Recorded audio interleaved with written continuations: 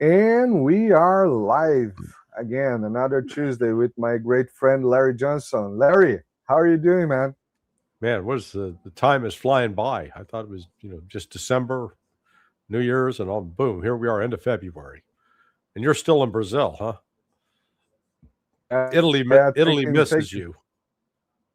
yeah, I don't miss the gas bills for heating the Yeah, house. but I you got to probably keep it you got to probably keep a would little have heat. paid my I mean, you got to yeah. keep a little heat going in the house, otherwise the pipes are going to freeze, and you're going to have a massive plumbing bill. Yeah, where I live, there's it's hard to go below zero. It's hard to go under five even. And it's a building, so the house keeps slightly warmed, Yeah, yeah. slightly. And I have good neighbors. I have decent neighbors that check the house every now and then for me, Okay, good. so, so people do not invade it. Yeah, and well, yeah, Larry. I Since I started the channel, I've been saying one little thing. We are on World War III, and this week we have kind of confirmation from none other than Zelensky talking about this. What do you No, think from this? no. You froze up there. None other than who? Than Zelensky himself Oh, talking about yeah. We are on World War III. yeah. What do you take from this, Larry? Well, he's not totally insane. Should I go with we said so? I think we said so. It's a nice start for a quote. Yeah, or you can say, "Hey, I told you so." Uh, this is um, the the path. There is no clear path forward to peace. The roads all seem to lead towards a war expanding in Ukraine, because Europe is insisting that it's not going to let it go, and so they are provoking Russia dangerously so now. They're talking about providing Ukraine with a nuclear weapon. If that happens, there will be tactical nuclear weapons unleashed on Europe. And Europe, as we know it, will cease to exist. And then you've got the United States its planned attack on Iran. It's not going to back off. They're not seeking a peace agreement. It's all a charade. So, yeah, the future, uh, the wars and rumors of wars, that's going to continue, and it's going to expand, unfortunately. Yeah, Larry. This week we had the Wolf Witkoff talking about that he's kind of puzzled. Why haven't the run capitulated? And he used the word capitulated. Yeah, yeah, no, What is in the mind of the of United States establishment to well, believe that the country should simply capitulate? well, this was. I mean, I found that extremely useful and insightful, because it tells you what Trump is thinking. Uh, they didn't. This movement of planes, because it's a movement of air power. There are no troops in motion. The naval presence is actually not that formidable. You have one functioning aircraft carrier. The other that they sent, Gerald Ford. Have you seen what's going on board on the Gerald Ford? The plumbing's broke. There is shit floating inside the ship. I mean, human waste, nothing more disgusting. So basically, you can't take a shit on the ship. I mean, but boy, we're going to defeat Iran. Yeah, they're going to have sailors' asses hanging over the edge of the carrier deck, shitting in the Mediterranean, for God's sake.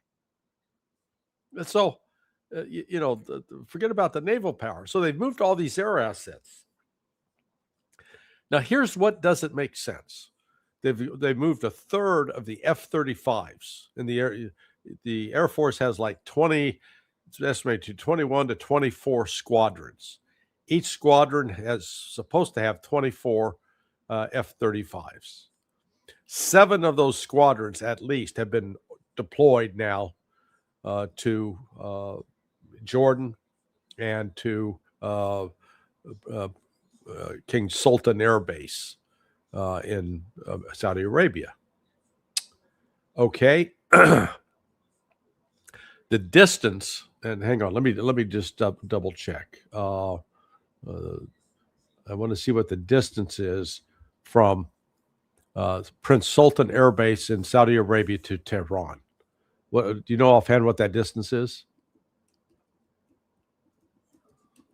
No, I'm checking here in maps. From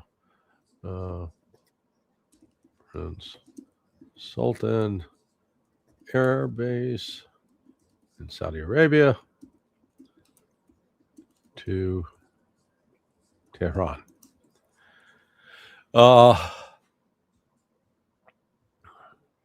Okay, so the difference from the Prince Sultan Air Base, where that's where a large number of these U.S. aircraft are located, to Tehran, is 800 to 900 miles.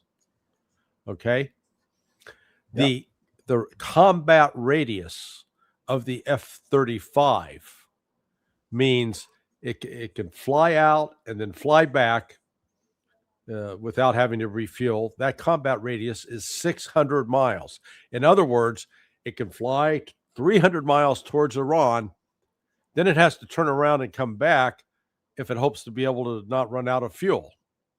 Otherwise, if it's going to make the trip all the way to Tehran, the F-35, it's going to need air refueling.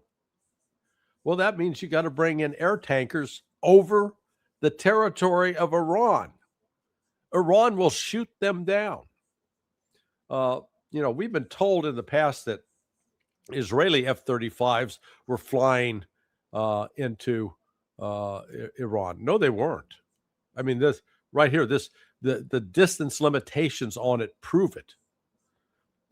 And if they're at Muwafaq Salti Air Base in Jordan, hell, it's even farther. It's now like about 1,600 miles. That's another 800 miles from there to get into Iran. So you're deploying all this air power that doesn't really have the ability to reach into too far into Iran. And they're talking about suppressing enemy air defense. Well, that's great if it's all out on the coast, but it's not. It's inland as well. That it is in and around Tehran. I would like someone to explain to me. There. Yeah, but I would like someone to explain to me how aircraft that have only a 600-mile range, which means they can fly 300 miles in one direction before they have to turn around and go home. So they're really limited to 300, maybe 450 miles, are going to suppress enemy air defense that's 800 miles away. How does that work? It doesn't. So this is, when we start off talking about Witkoff, this entire employment of force, we now know, was simply an intimidation tactic because it was not accompanied by an actual fully developed plan of attack, how these air assets were going to be employed in a practical way. What's the mission? To do a strike that's going to kill the Ayatollah or the political leadership or the military leadership? We've been fed this lie about the what Israel did during the 12-day war, claiming that it was doing it with planes. It wasn't planes. There may have been some long-distance drones, but a lot of it was done with sabotage from within. So a lot of those elements are now dead or in prison. So this Trump he thought he could do the intimidation tactic. That didn't work. And that's where Witkoff is really sort of puzzled and surprised. They thought it would. So what happens next? I think Trump is under enormous pressure to attack Iran, and he will. But we've already seen now that General Dan Kane, they calls him Raisin Kane, he is out, being quoted not directly, but he's sending surrogates out to talk to the Washington Post, to talk to the Wall Street Journal, to tell them, hey, we're not. General Kane has told President Trump that this is really dangerous. This is highly risky. There's no guarantee of success. We're going to take casualties. We don't have enough weapons. We've already drained the cupboards. The cupboards are bare. So he's now laying out the case. I think he even knows that the attack is going to come, and when it comes and fails, he's going to be able to point to Trump and say, I told you so. I told him not to do it, but he ignored my advice. That's where this is headed. Yeah, this is a very important mentioning that you just did, because I was reading your Substack. Well, let's call it Substack now. Let's not call it blog anymore. Sonar21.com, which, by the way, people, remember to like, share, subscribe the video to this channel. And follow Larry on Sonar21.com, where you can find all the videos that he produces, not only himself, but also in other, podcasts like this one, and other even better, which I doubt. But yeah, some of them are slightly better than this one. And you point out this, there is some communication to Donald Trump that perhaps this is not a good idea. And also you mentioned the pizza index, which has been going up and down recently, which usually, the pizza index, for those that doesn't know, is an index of how busy pizza parlors are around the Pentagon. So it means that people are working over hours and ordering pizza. The pizza index is going up and down, and we have this major build-up, and now the moon just changed.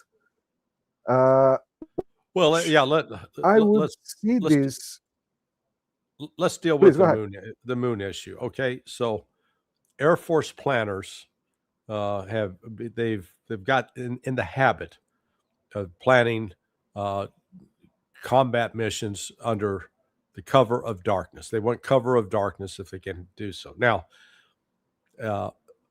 I'm not saying that it's sort of foolish, because the reality is, with modern air defense systems and radars, etc., they can see through the dark. So darkness, this is not like 30, 35 years ago, where actually darkness, being able to operate under the cover of darkness, was important tactically. There's no longer, that's no longer really should be a thing, but it is. So, but the fact that that's what the military planners want, doesn't mean that Trump's going to listen to them. The two key things to look for, to know that an attack is likely to happen within 24 hours, is the drawdown of non-essential personnel, both civilian and military, civilian from embassy, military from the military facilities. If you start seeing a massive evacuation or departure on that scale, that tells you something's coming. Number two, the issuance of NOTAMs, which are notice to air missions, that's saying, the airspace in Iran is going to be closed. Nobody's going to be flying in and out of Qatar, et cetera. We're not seeing those two things yet. We're seeing there's been apparently some departure out of Lebanon, but beyond that, nothing in Dubai, nothing in Qatar, nothing in Riyadh, nothing in Doha.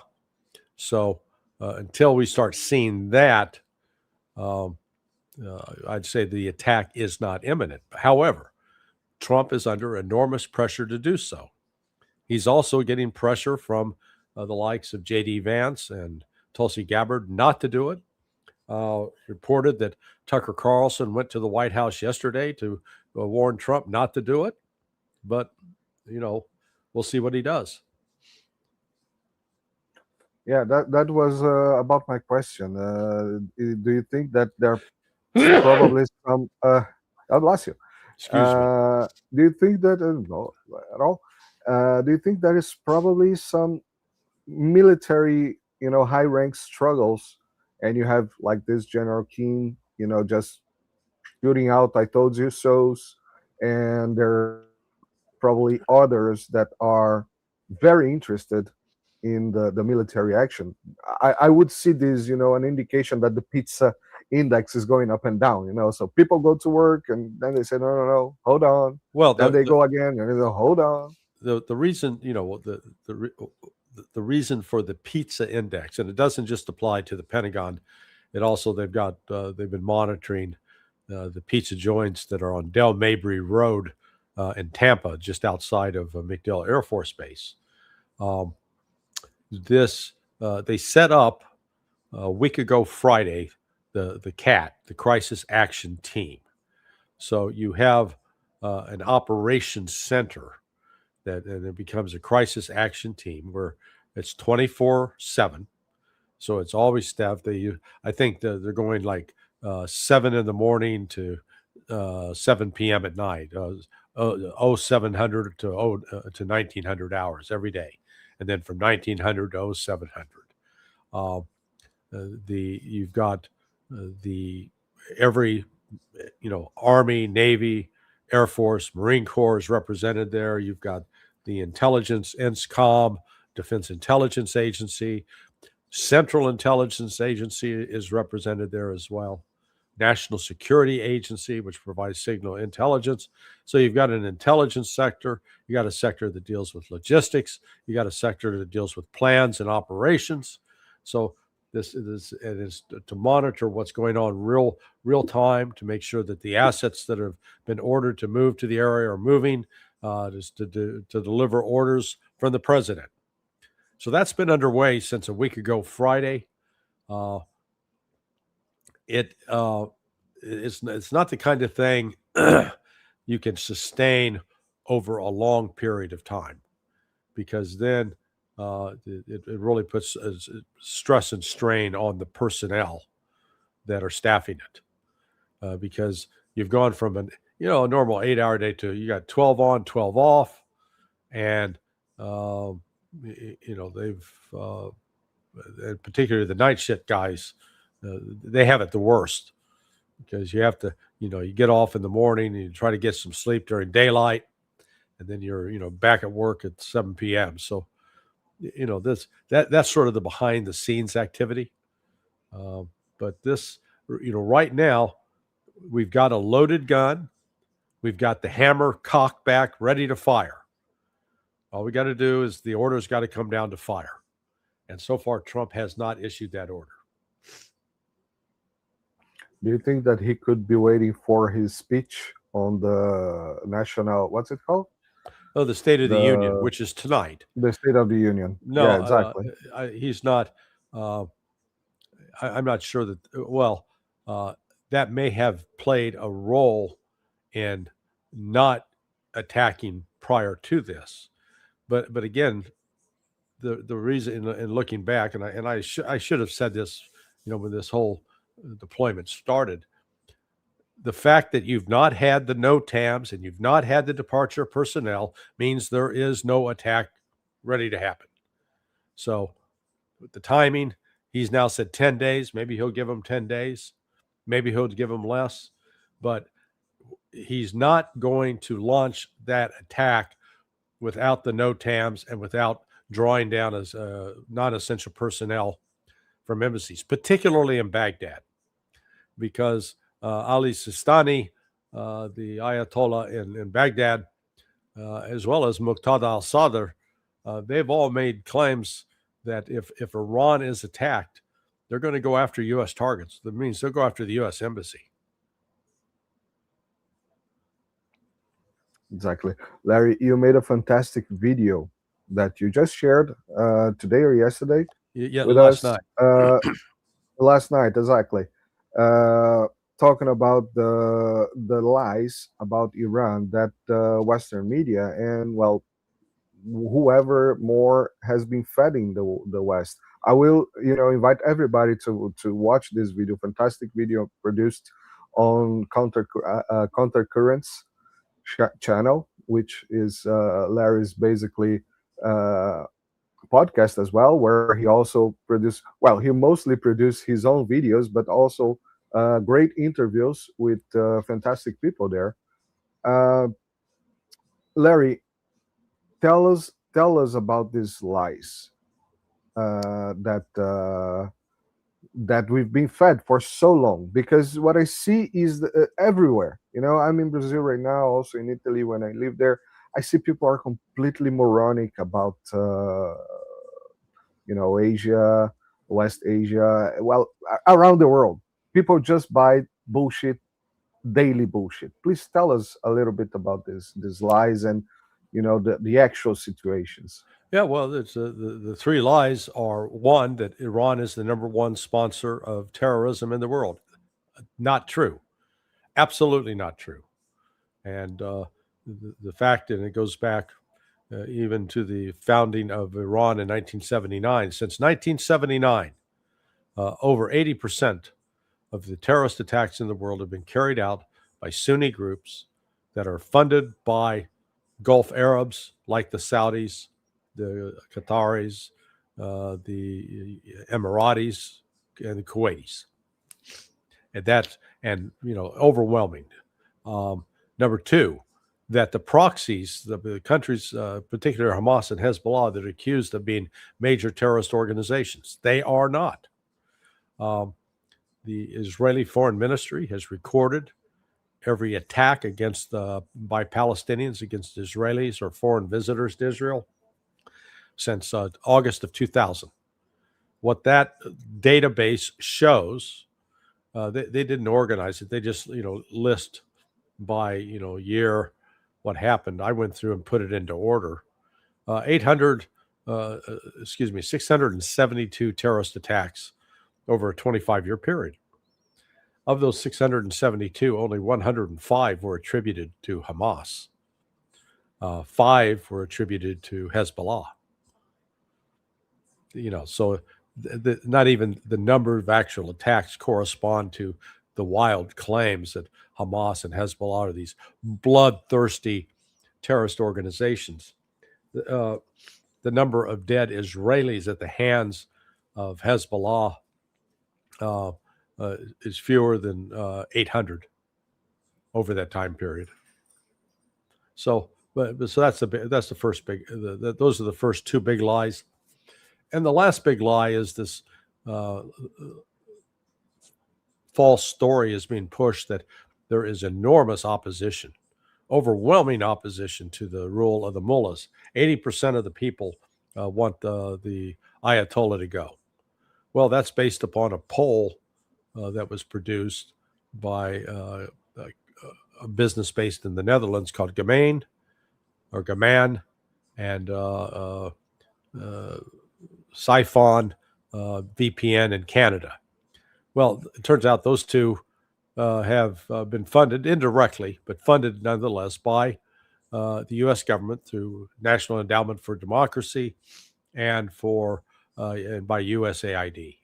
So what it is they're creating a false narrative that the Ayatollah is wildly unpopular, and ignoring the fact that actually the support for the government has grown in the last 8 months as a result of the attacks by Israel and the United States on Iran, starting June 13th of last year, and then the most recent outburst that was sponsored by and funded by the United States, the protests that erupted on December 28th and then were halted by Iran on January 10th. Yeah, and I found very interesting that the guy that is responsible by these studies is called Amar Maleki. Like Maleki. Yeah, is that so? Maleki. Yeah, really? Yeah, he's a professor in the Netherlands. So, why not? Got a runny nose. No, today. Don't worry, man. You're at home. If we were here, we were having coffee and cake. Yes.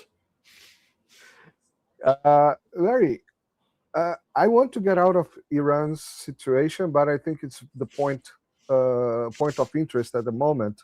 And I find very interesting this situation with Tucker Carlson. He went to Israel. He was invited by a senior. Who is the guy? I forgot the name of the guy. The ambassador, Mike Huckabee. The ambassador, exactly. That was a week ago today. A week ago today. Exactly. On his way out, he was stopped and, interviewed by the Israeli forces and probably lectured about whatever. He wasn't. Let's be clear what happened. I mean, a lot of this has been misreported. He was there with his producer and two other staff members. And when they went to leave, I guess the two staff members had actually gone into Israel, stayed at a hotel. They'd gotten there a day before to help set things up. And then they were back, and they were taken then from, they were with Tucker. They were taken and interrogated, those two. And Tucker, demanded that they be released, and ultimately they were released. His producer as well, a fellow named Patel, he was also subjected to questioning. So, but they didn't detain Tucker. Okay. And do we have any reports from Tucker about whatever he produced there, interviewed or got to knowledge to anything? We know that he'd been to the White House, so probably he learned something. But you've not seen the video interview he did with Mike Huckabee? Not yet. Yeah, apparently not. Yeah, you need to watch that because that, in the course of that interview with Huckabee, who is an ardent Christian Zionist, he puts the interests of Israel above those of the United States, in my view. He made the statement that basically, because Tucker was pressing him on the concept of the Zionist concept. And Zionism is such an odd thing because it's predicated on a religious belief, a belief in a supreme deity, they'll call it God, and that this God had made a special promise to a guy named Abraham, and that he would, he'd have, multitudes would come from him. Okay, well, so basically you're trying to say that most of the world population today came from Abraham? That no, but that special promise included giving Abraham the land from the Nile to the Euphrates. And so Tucker was saying, well, if you're basing your belief that passage of Scripture, that passage in the Torah and in what the Christians call the Old Testament, if that's true, then does that mean that Israel's entitled to all this land? And Huckabee goes, yeah. Well, that land includes Jordan, Iraq, Saudi Arabia.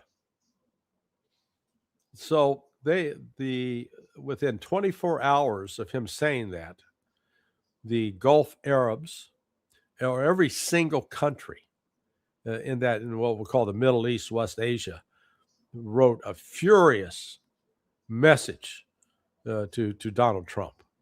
So the signatories included Jordan, Lebanon, Syria, al-Shaddai, who's a big U.S. buddy, Erdogan of Turkey, Iraq, Saudi Arabia, Kuwait, Oman, Qatar, Dubai, United Arab Emirates, and then Indonesia. So, boy, just furious. And that's relevant because the United States has got aircraft based in Jordan and in Saudi Arabia. And literally the anger was such that was reflected in that letter, they very well could turn around and say, you're not going to be able to use our territory. Sorry. So that was the importance of what Tucker did. Huckabee just really he angered infuriated the entire Arab Muslim world. Yeah, I've watched some other quotes from this guy before, and he's just a moron.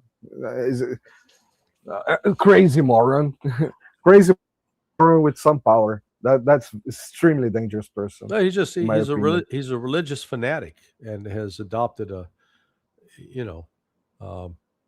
I'm strongly anti-Zionist, and there are those who want to argue that if you're anti-Zionist, you're anti-Semitic. No, this has nothing to do with being against Jews, but it is against this concept that Jews are a special people and entitled to more consideration and power than any other person. I believe that God, I do believe in the supreme deity. I believe a supreme deity created all people, not just some, but all. And therefore, all must be treated as creations of God.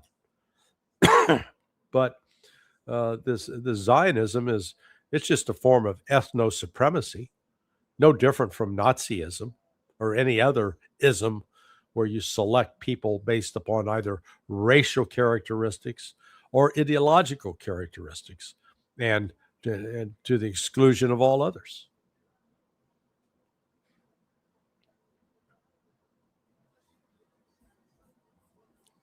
Hello, you still there? You froze.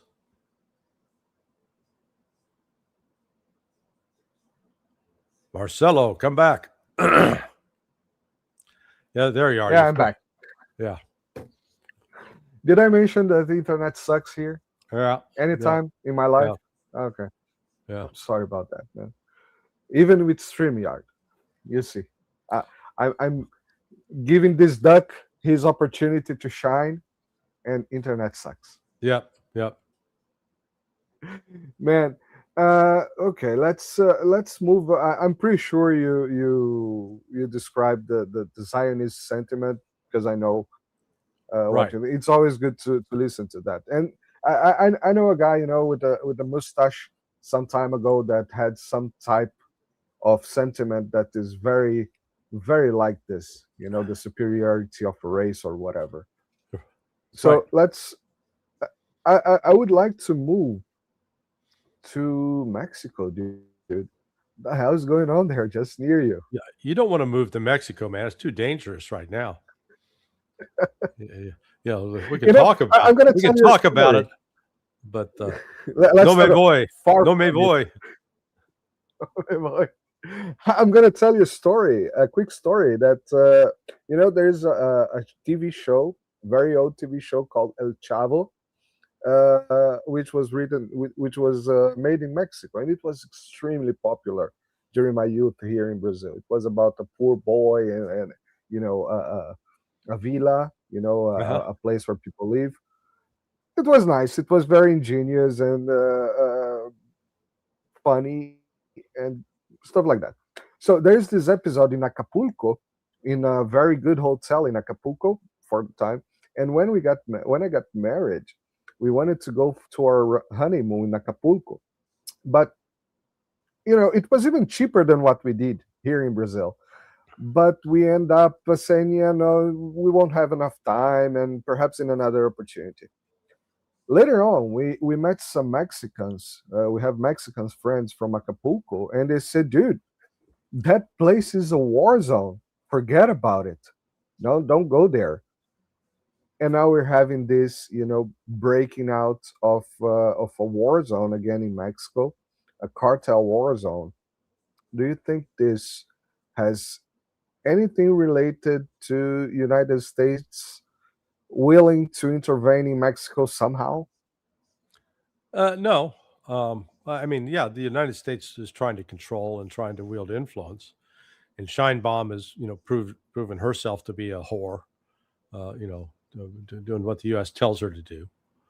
But, this was, this is what I call the misguided kingpin program. You operate on the assumption that you can kill your way out, get rid of these top guys, and the organizations go away. They're not going away. There's too much money involved. So this is a leadership change, a violent leadership change. And I suspect what's likely to happen is, they'll fight and kill each other, the government and the cartels. And then there'll be negotiations behind the scenes. Head of the army will get paid off. Government will get paid. Scheinbaum will get money. Foreign ministry will get money. The cartel will pay its taxes, so to speak, and they'll continue to operate. They'll be back to business as usual. And there'll be people paid off in the United States as well.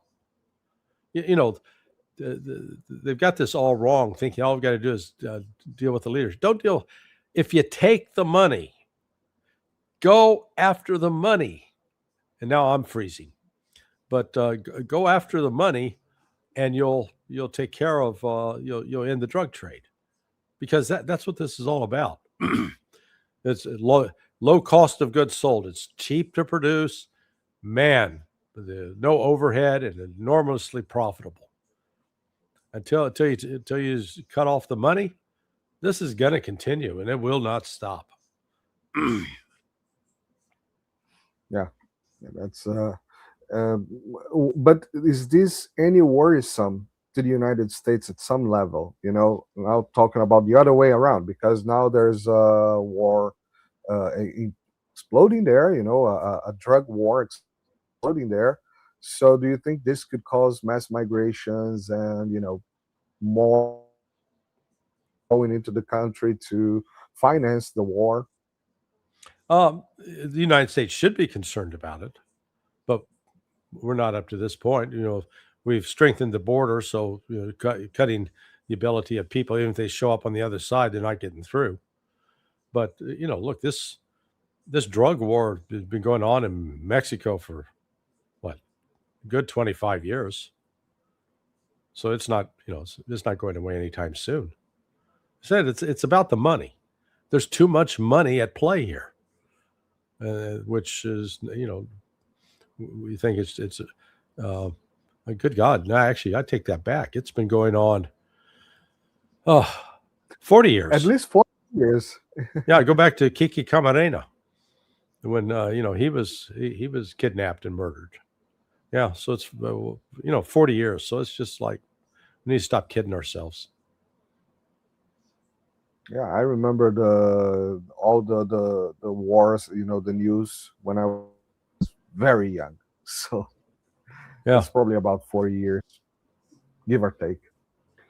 Larry, about Ukraine now. We discussed that Zelensky said that, we are on World War III, but how's the situation on the front lines? I find very interesting that this week we had 2 strikes deep inside Russia that are being attributed to that, Flamingo, whatever is the name of it. 2? Where did you get 2? I've only heard of 1. There was another one today, so perhaps it's slightly recent. Well, the other one took place. It place was a very small one. Yesterday, day before yesterday. Exactly. Yes. And when did the other one take place? I think this afternoon. Today? The afternoon in Moscow. Yeah, today. Yeah, I'm not seeing. I've got RT on. They're not reporting anything. It has been very limited damage, nonetheless.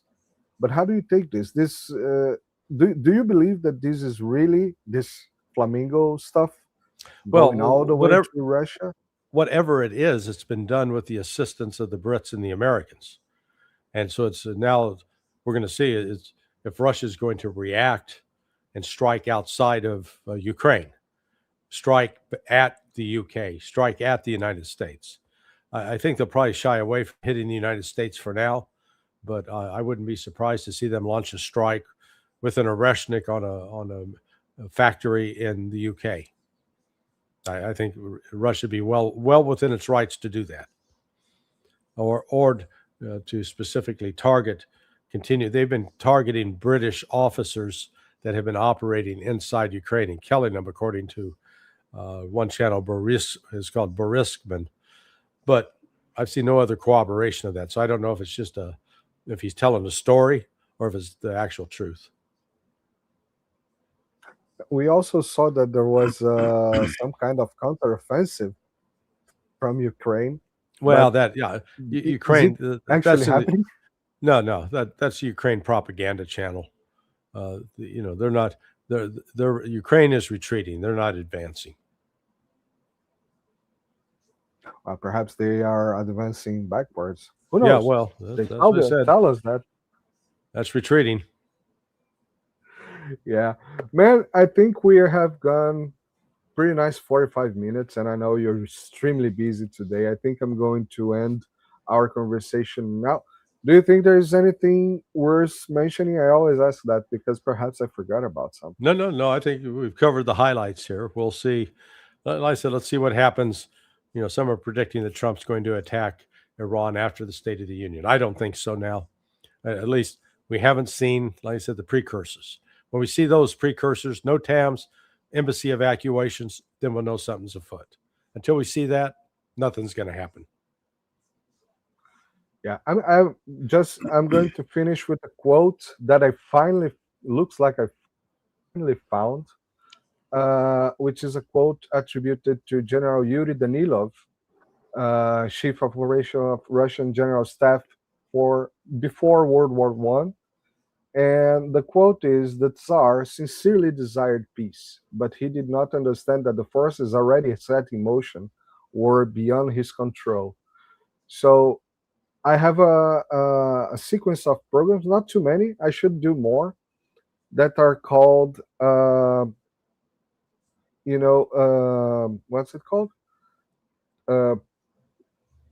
Before World Wars, something like that, because it's in Portuguese.